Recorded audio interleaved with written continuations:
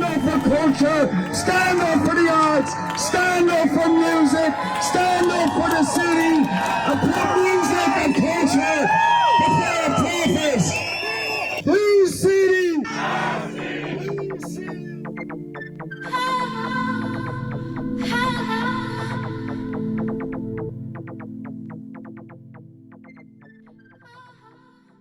Hello and welcome to the 909 podcast. This week we are going to be discussing the recent dispute between Yamamori Izakaya, the Dublin venue and club space and late bar, and it's the nearby adjoining and adjacent hotel, the Hoxton, which has brought a High Court injunction against Yamamori Izakaya, Dublin space that's been existing there for 13 or 14 years, I believe. Obviously, last night there was a protest outside the Hoxton. Hundreds of people gathered, and this has become a flashpoint of what's happening in Dublin yet again. In recent months, we've obviously seen the closure of the complex, and previous to that, a lot of these places close because landlord wants to develop it. We've seen the likes of the Tivoli and Hangar before with hotel developments closing it. And when new developments move in, there becomes a tension around what happens with the existing spaces. You see this all the time. Existing venues have issues with adjoining spaces, but there's an idea of the agent of change principle, which is in Dublin City's development plan and was previously included in Give Us the Night's recommendations. So the agent of change principle is an idea in the nightlife economy, which is listed as noise impact in Dublin City development plan. Essentially says if a new development moves into a space, it's the onus is on that space to sound insulate and protect itself from adjoining or nearby spaces. If you're coming into a space where nightclubs already exist or venues already exist, you can turn around and kind of go, whoa, I didn't know this space had noise. What is going on? You need to stop that. The specific Dublin City development plan says all applications for short or longer term residential proposals, including hotels that seek permission adjacent to established late night uses such as nightclubs, music venues, public houses, shall be required to demonstrate in their application first how the use of good design and layout, and secondly, to increase sound insulation, they have ensured their development will not cause negative impacts on the adjoining uses of the future. Now, obviously, in this case with Hoxton and Yamamori, usually noise disputes don't go public. And the reason they don't is because they're usually resolved privately, but where the Hoxton bring in the High Court injunction on Izakaya about noise complaints is the reason why many people have kind of got annoyed about this situation. And coming after, say, last week with the universal basic income and how some of that stuff has felt a bit like it hasn't gone far enough. And again, this happens all the time with the complex closing, not being supported by the government and not being given the support it's needed. We're seeing this again. Hoxton Izakaya thing has been particularly galling for people because first of all, it's coming on the back of a whole load of other closures over the years, the last 10 years. Now, there's a dispute between what actually has happened in the last few months between Yamamori and Trinity Capital, who operate the hotel, the Hoxton itself. There are disagreements. What became clear was that the High Court noise complaint was brought against Yamamori Izakaya by the Hoxton. This emerged last week. The Hoxton has since put out multiple statements around the issues that they say they are having. Essentially saying that they had received numerous guest complaints about late night low frequency noise and vibration affect certain bedrooms. That has forced 31 of their bedrooms to be closed temporarily while they try and address this. Obviously, the Hoxton took over the Central Hotel, which operated as a hotel for 140 years prior to that, since 1887. And it was refurbished over the last 3 years. It only opened in November. So here we are in February already, and this place has a issue with the noise. Now, they say that they did bring in some sound mitigation installation measures, acoustic flooring between Yamamori and the hotel. What they say is the issue is that Izakaya is using the ground floor restaurant as a dance floor, which it always has, directly below a large skylight that opens into the hotel's central courtyard, which is right below the bedrooms. Now, they sought an injunction, they say, in which to get Izakaya to talk to them more readily about it, saying that they weren't happy with how Izakaya weren't responding promptly enough. Of course, what happened, Yamamori Izakaya completely rejects the claims from Hoxton about how this stuff has developed between the two of them. There's disagreements about sound expert meetings that were supposed to take place, prior engagements about the build, and it says that Hoxton's operators did not share requested information about the sound attenuation measures that were installed. So the statement yesterday by Yamamori goes on to say, during the construction phase, we commissioned an expert report to measure sound levels and provided to Hoxton to assist them in installing necessary sound attenuation measures. Should be noted that sound levels recorded are considerably lower than typical late night venues. In addition, we've installed a sound limiter that was installed in December to ensure these levels are not exceeded. When the company raised the matter in late November, we immediately agreed to meet to discuss the issue and requested information about the sound attenuation measures that were installed. Initially, the company agreed to provide this information. However, we only received the requested information this morning, that is 17th of February. So that was 3 or 4 days after the hotel has put out statements saying their specifics that Yamamori requested very detailed structural information before agreeing to meet or carry out joint testing to establish noise levels. Our position was that the detailed structural information should not have prevented collaborative discussions or joint testing. So they said now the joint testing is now being facilitated. Both of them agree on that. But Yamamori says the agreed testing on the 14th to 15th of February was of limited use, save that it highlighted several issues that the company will have to now clarify. That is, the Hoxton will now have to clarify. And they are analysing technical data they had originally asked for in November that they finally received. And Yamamori also says, previous operators of the Central Hotel deployed the area over our premises as a function room. The current owners chose to convert this area into bedrooms despite our concerns, which were known to them. And I think that's where a lot of this comes from, the issue that it comes from. But, this is just a flashpoint for why people are getting annoyed about what's happening to our city. And we saw that with the protest last night. And there was also a public meeting which was put on by People Before Profit, and so I thought it'd be a good time to get the Dublin Central by-election candidate Eoghan Ó Ceannabháin, who was there last night in both the protest and the public meeting, but also is a musician, a folk trad musician himself. I featured him on the website.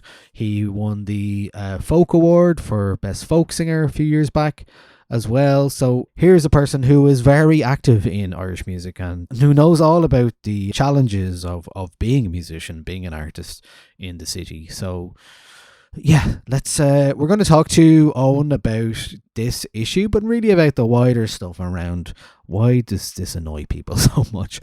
What is it about the Hoxton and the hotel developments that are constantly threatening our cultural spaces with noise complaints and issues? What can be done about it? How can these be resolved?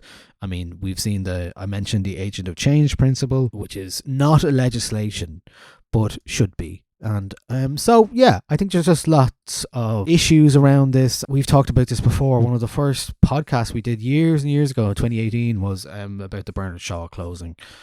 People care about this stuff. We care about these our cultural spaces and cultural venues, and when they're under threat, it's time to mobilize and talk about what we can do and get together.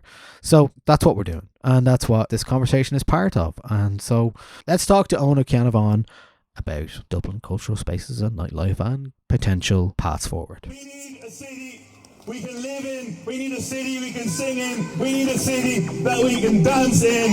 This is our city, and we have to take it back. Last night the protest happened. There was a public meeting as well. So why do you think this whole dispute has kind of captured the imagination?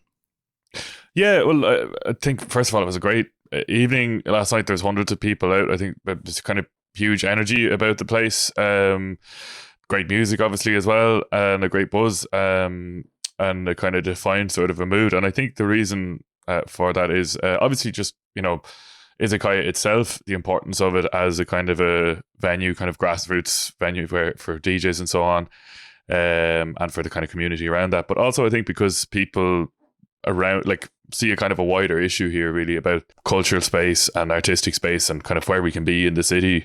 I think that's part of the kind of the reason for it, that this isn't just kind of happening in isolation about one venue going through this. I think it's kind of a much wider thing. Talk to me a bit about your impressions of last night as well, because I mean, why was it important to you to show up and represent? Yeah, well, I was contacted by a couple of people, a couple of the DJs that play in Izakaya, who were, like, understandably, I think, very annoyed about the threat, basically, to that this kind of injunction might cause to Izakaya as a kind of a nightclub, and as, you know, to the kind of community around it. And yeah, like, I mean, myself, I'm not a massive clubbing person. Like, I'll go some of the times I'm more of a folk musician, but I do think that it's, you know, all of the kind of cultural, you know, any kind of culture that's in the city kind of needs to be protected, whether it's, you know, dance music or folk music or whatever, you know. And I think it's part of a kind of wider issue across the city, really, that really, in terms of government policy in particular, kind of what's being prioritized is the kind of profits of big investment funds, big kind of corporate landlords, and so on, and also and hotels as well. I think you know, we have a situation where, you know, here you have a club that's been going kind of for 15 years, and then hotel comes under new ownership, and they start to kind of seek an injunction then over the noise. You know, it'd be obviously a different thing if you're setting up a nightclub, you know, anew beside a load of people, but this is the other way around. It's something that's well established at this point. Yeah, I guess, you know, in particular in this case, it was a lot of the time when you hear about noise complaints around venues, and this happens all the time. Like, name a venue in Dublin and there's probably somebody complaining about noise around it, and usually that's a city centre place. And, you know, I kind of feel like if you live in the city centre, you have to be aware and expect that there will be noise. Like we saw the Street 66 case last year, where the resident was refused what they were looking for in terms of the venue being quietened, essentially.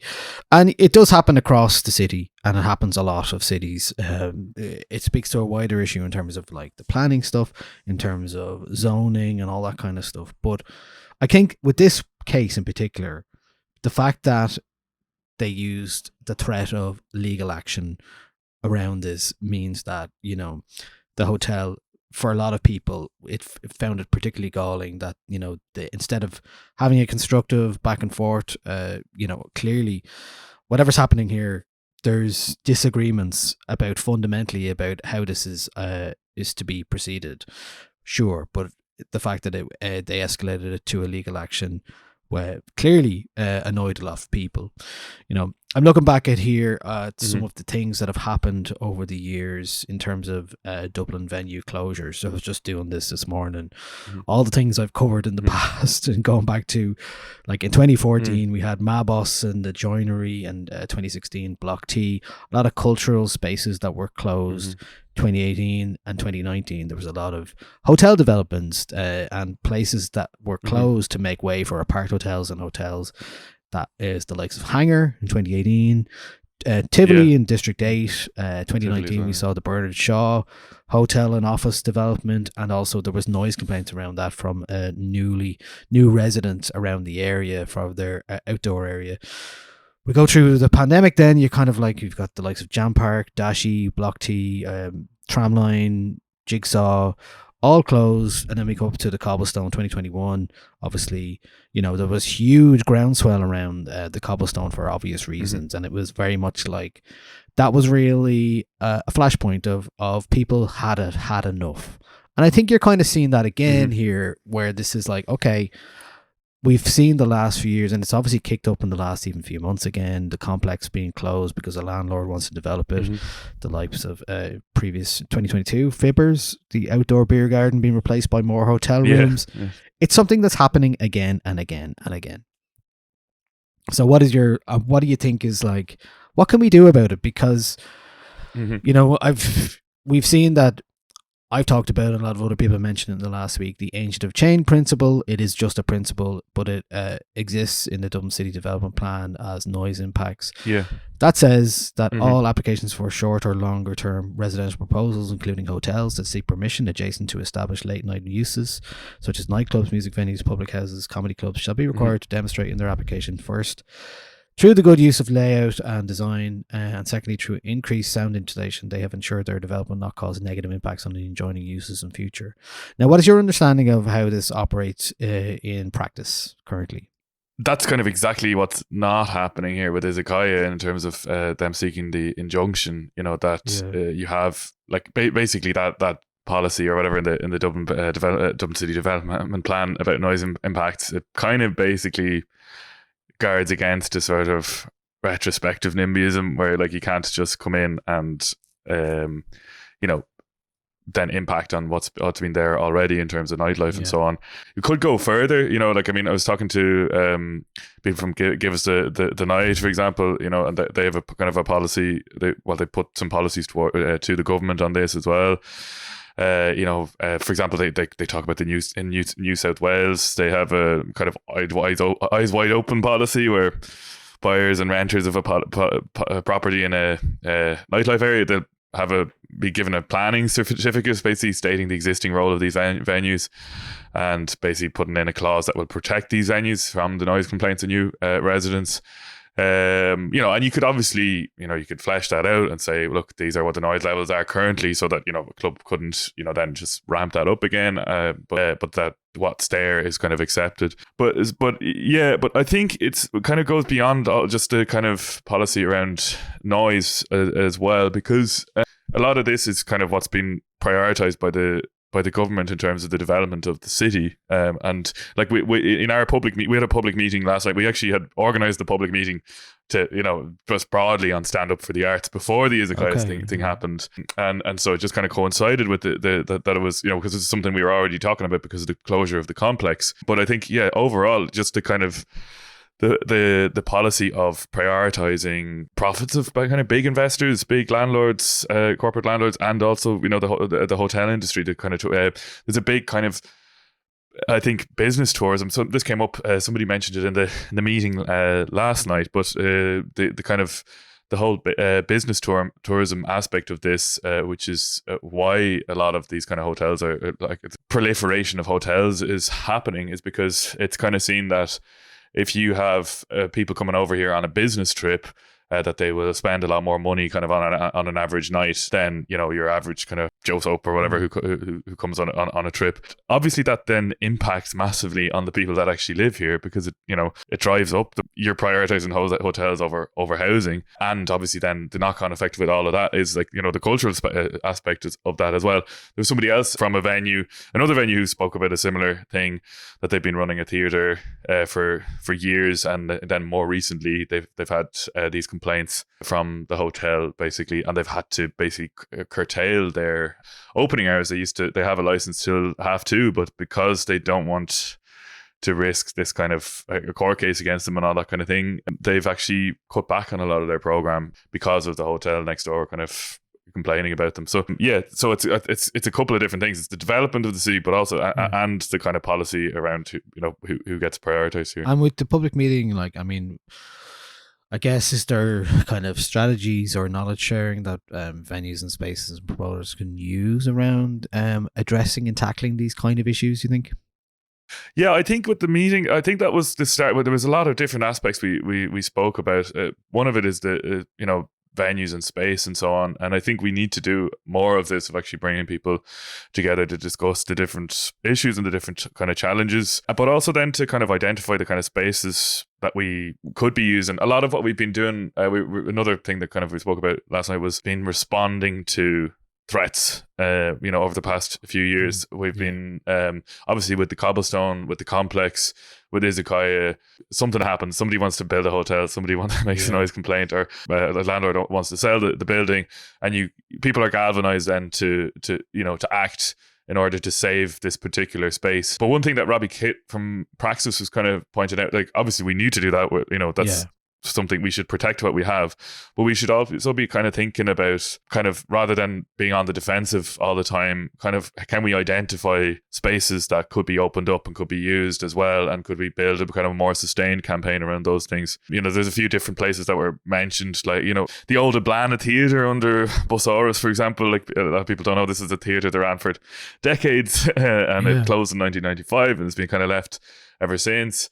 And they are talking about opening up now again, but I think what they're talking about putting there is conference spaces, you know, instead of... I saw that last week. Yeah. So like, could we get people together and could we campaign to say, look, this has had a kind of a cultural use and it could be a kind of multi-purpose cultural venue, you know, and also that it should be publicly run, because, you know, obviously with a lot of these spaces that we are trying to protect, they're owned by big private landlords. Like, for example, the Cobblestone is like the family run the pub, but they don't own the building, and that was the issue, you know. So can we identify things that spaces that will be owned publicly and then run, you know, on a kind of a not-for-profit basis, that would then, you know, they would be more guarded against the kind of constant threats from, like, you know, big, you know, investors and so on who are trying to make a buck. Yeah. Well, this is the problem. I think when I first started looking into this issue years ago, it was kind of a case of like, you know, there has to be some joined up thinking in terms of city development and stuff like that. Obviously, people are talking about in this case is like, if you keep building hotels and closing the cultural spaces around them, then there will be nothing left to visit.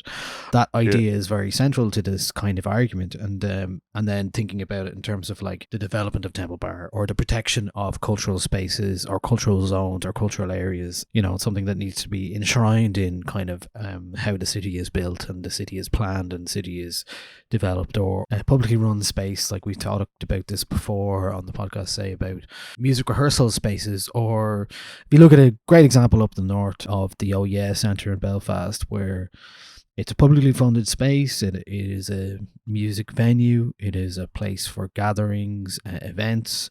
It has studios. It does emerging musician programs, all this kind of stuff. It also has outreach for, say, an older crowd, retirees and people like that who, you know, who aren't maybe catered for in terms of events and stuff like that. So it's really like there are already examples on this island of these spaces that exist. We just, for some reason, it's like the government is always scared to approach it because, say, with the complex, it feels like, you know, my feeling on it was that while the government could have easily stepped in, they use the excuse of, well, if we do it this time, they're going to expect us to do it again and again and again. Yeah. So it's that kind of fatalism that, you know, drives the inaction. Yeah, and what if we did it again? You know, imagine if we had, you know, not only if we had the complex, but we had another amazing multi-purpose venue, and for the kind of the money that they needed, because they had actually done a lot of work in terms of there was kind of money for.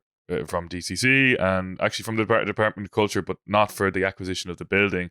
And they had done some, got a loan and all that kind of thing. They put together so many plans, the management of the complex, and what they needed was just the money for the acquisition of the building. It was a figure of 6 million. And I think, you know, this is the kind of thing of, like, oh, if we give it to them, then they'll all want an art centre. And like, you know, the country is awash with money. Like, you have these staggering budget surpluses. A couple of years ago we had a budget surplus of, I think, 26 billion, and the idea that we can't actually spend this money on these things which are such like vital resources for people in the city, and and as well as that, I mean, I think it kind of tells you something when you look at Pascal Donoghue, who was the Fine Gael TD in the area, but also the Minister for Finance. The reason we have a by-election now in Dublin Central is because he got a job with the World Bank, and it hasn't been lost on anybody that the week that the complex were looking for 6 million, they were talking to Pascal Donoghue about this, and he was kind of telling them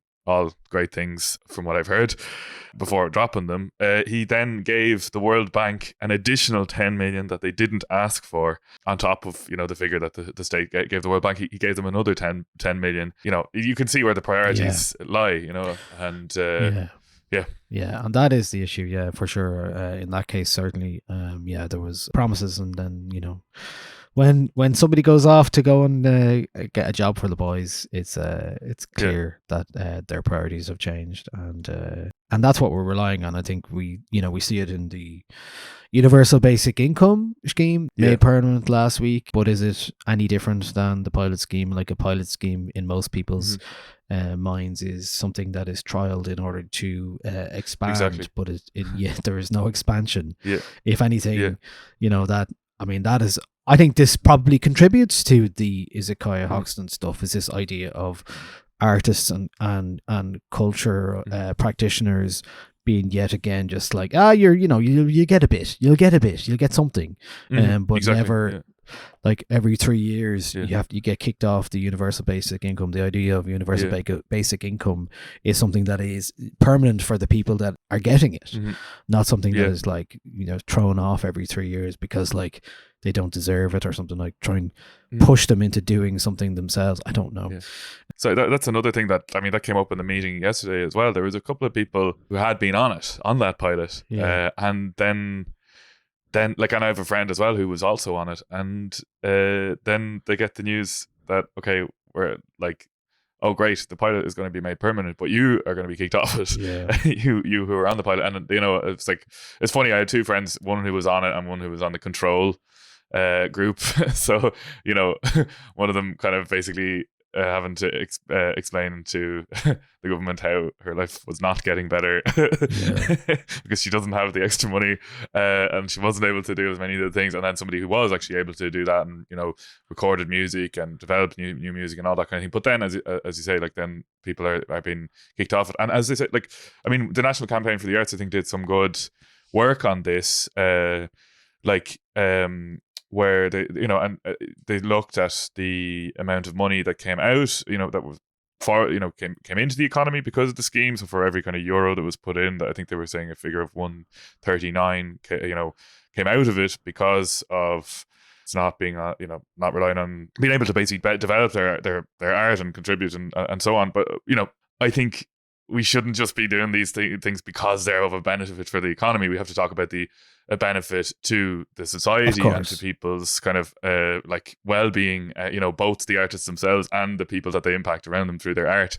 But it is kind of interesting that, like, even if you're going to look at it purely on an economic basis, actually giving artists more money does help as well, but obviously this is the kind of it's the kind of very, very limited kind of thing of like... Yeah, that's the language in which the, politicians obviously can speak and understand. And, these are why you see all of these, over the years, reports about the benefits and, economic value and reports of Irish music and Irish art, because, like, the intangible importance of what music means to us or art means to us is not included in that, or not, but like I said, I think we've also seen, through the pandemic, and maybe people have forgotten that, how, art was so important for people when we couldn't do anything else. And as time passes away from that, it's easily forgotten, and there's always another thing in which to focus on that needs attention, apparently.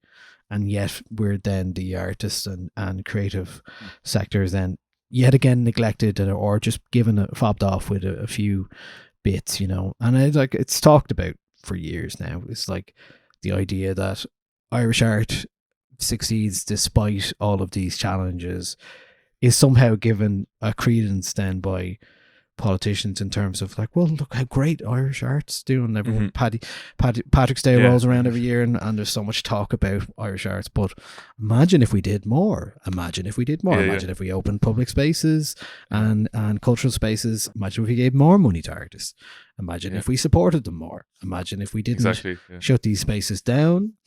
Imagine if the nightlife economy stuff, imagine if we actually implemented the ideas that have been talked about over the years, that they've now seemed to kick into touch. Have you any impression of any of that stuff going to come in? Like, all about the licensing laws that, were due to change and then kind of gone quiet again? Yeah, I don't know. I think that things will only change when... Like, basically, I think the government has a set of priorities that aligns with, that doesn't align with art or with, artists and so on. I think their priorities are in a different place. And I think the only thing that changed that really is, I mean, we saw a glimpse of it. We've seen glimpses of it in the kind of defensive campaigns, as I talked about earlier, like the kind of mobilization for Izakaya, for the Cobblestone and the complex as well. You kind of see a glimpse of what's possible.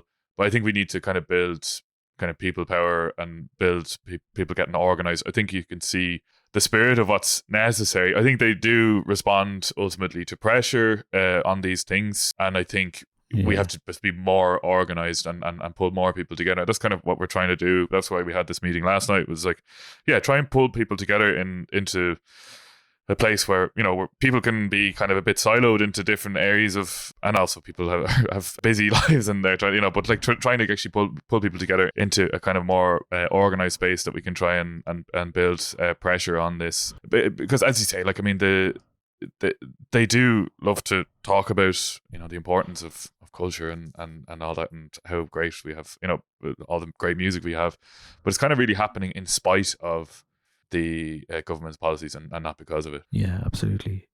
What do you think is next then? I mean, what is your plan? Obviously, are you running this year, Dublin Central? Yeah, I'm standing in the by-election to Dublin Central. Yeah, so I've been the rep of the area for, you know, the last couple of years now. I mean, there's so much happening, you know. Obviously, like a kind of big kind of pillar of the campaign is around culture and art and so on. But it's also last night we had a meeting on standing up for the arts. You know, this evening then we have a meeting on the council rents that are being put up. So some of the poorest kind of people in the society having to pay more in council rents. And it's, you know, it's all actually, when you look at it, it's all part of the same problem, because like we had a motion, you know, an amendment to the budget which would have raised the rates on the kind of the richest kind of 2.5% of businesses, you know, and some of the big kind of corporations and so on, which would have, you know, the council is talking that they need money for maintenance of the flats, which is, you know, a lot of the flats, absolutely, there's huge problems with damp, you know, there's huge issues there that they need maintenance. It's not being done at the moment, and also the money for that should come from kind of the richest, you know, the people who can actually afford to pay.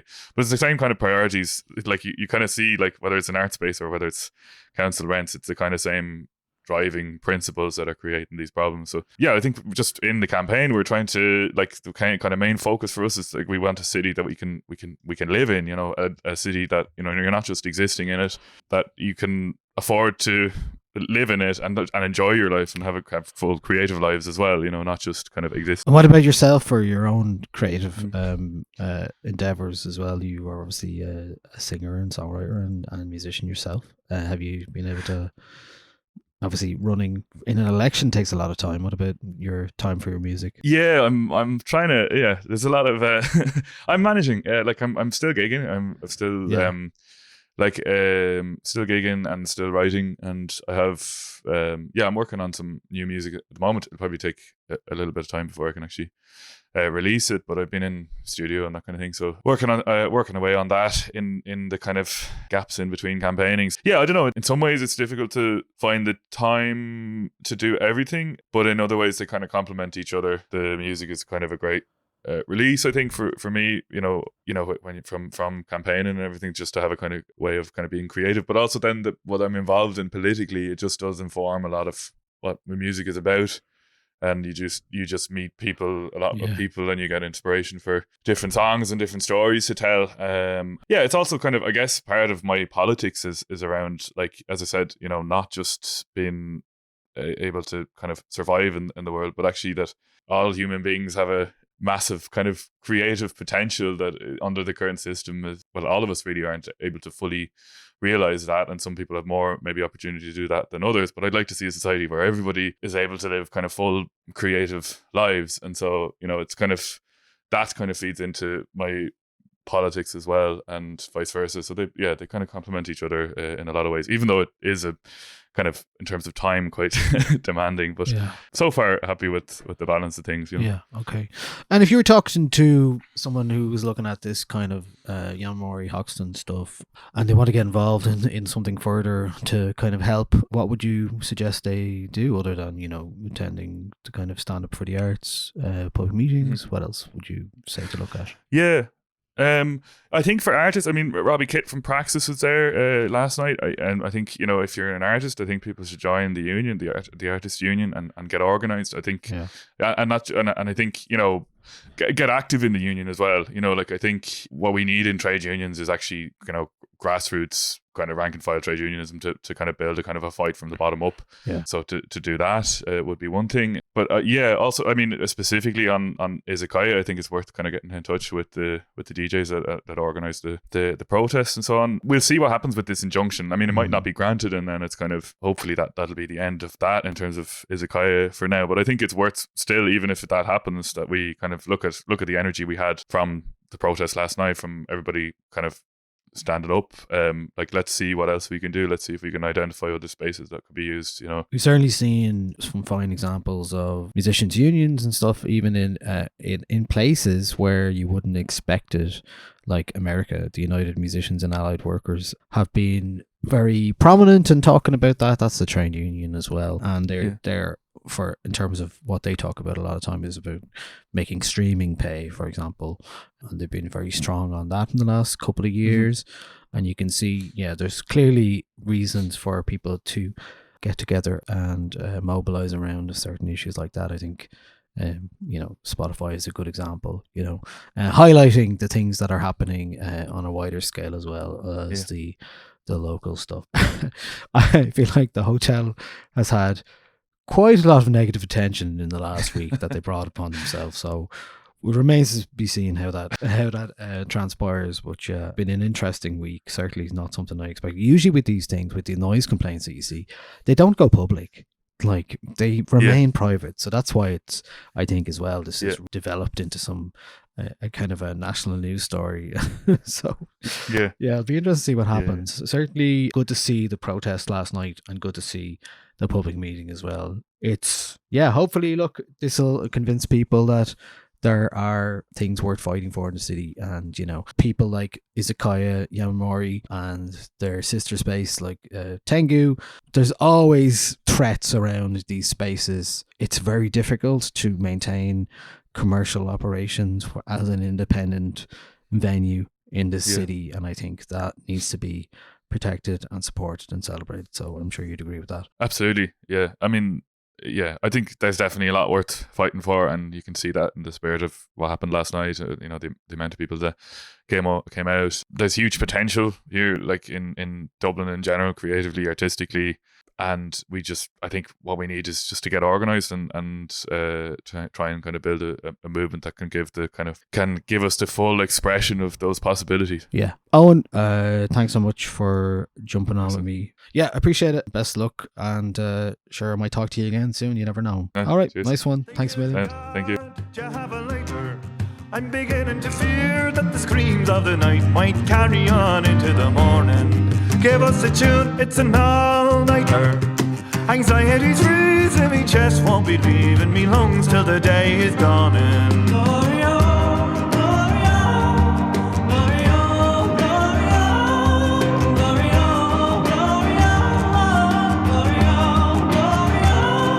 Don't let the bastards get you down. He says as much to me as to himself.